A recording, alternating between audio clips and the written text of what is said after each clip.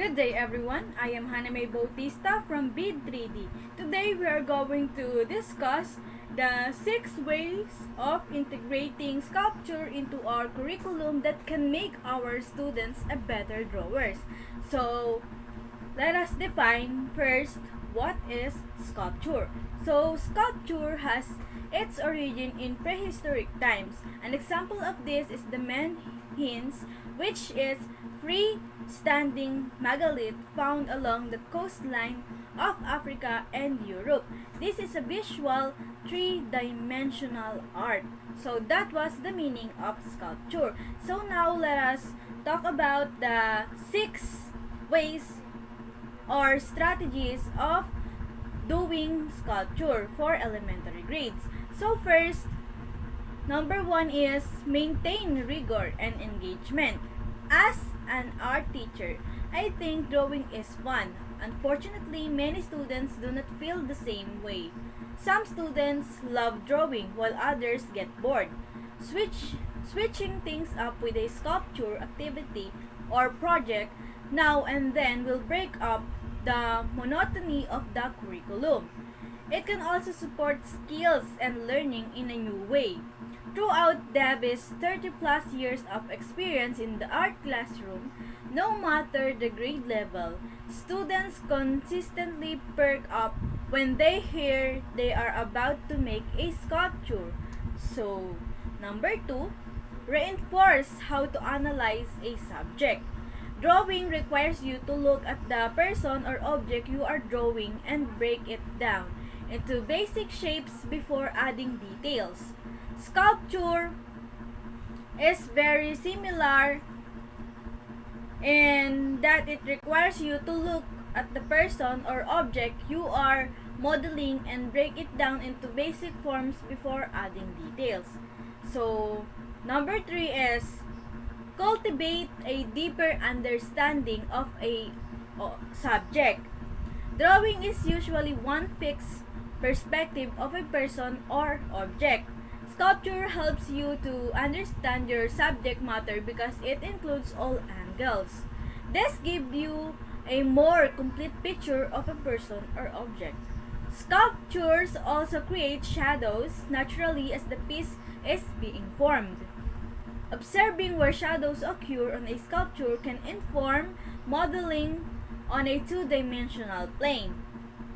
Being able to feel and see how deep an object is and how much space it takes up can also help students to determine a realistic place to put a horizontal line or cast a shadow in a drawing.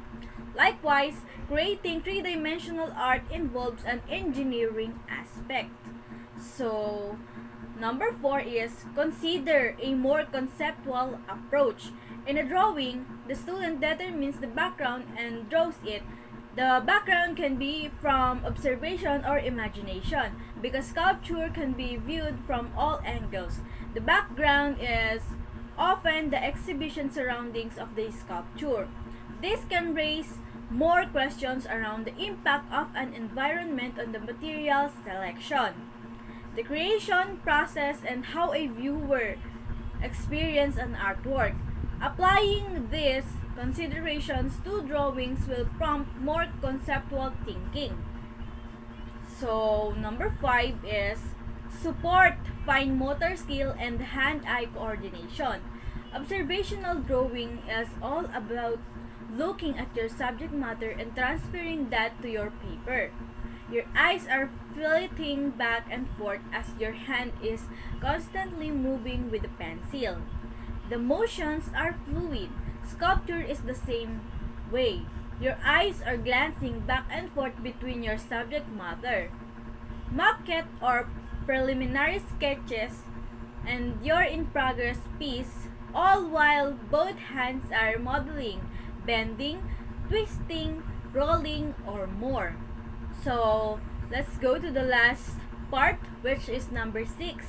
Develop ideas further. For most part, drawing can be a way to refine ideas before creating a final sculpture or even drawing. Look at it as formulating a plan, and working out logistics before getting involved with materials. Sometimes a drawing won't be fully realized until it's completed as a three-dimensional piece. Imagine your student's amazing drawing was just a plan. Stopping at the completion of a drawing could be a holding a student up from developing their work or discovering a newfound love of sculpture. So that was the 6 applicable strategies for doing sculpture in elementary grades.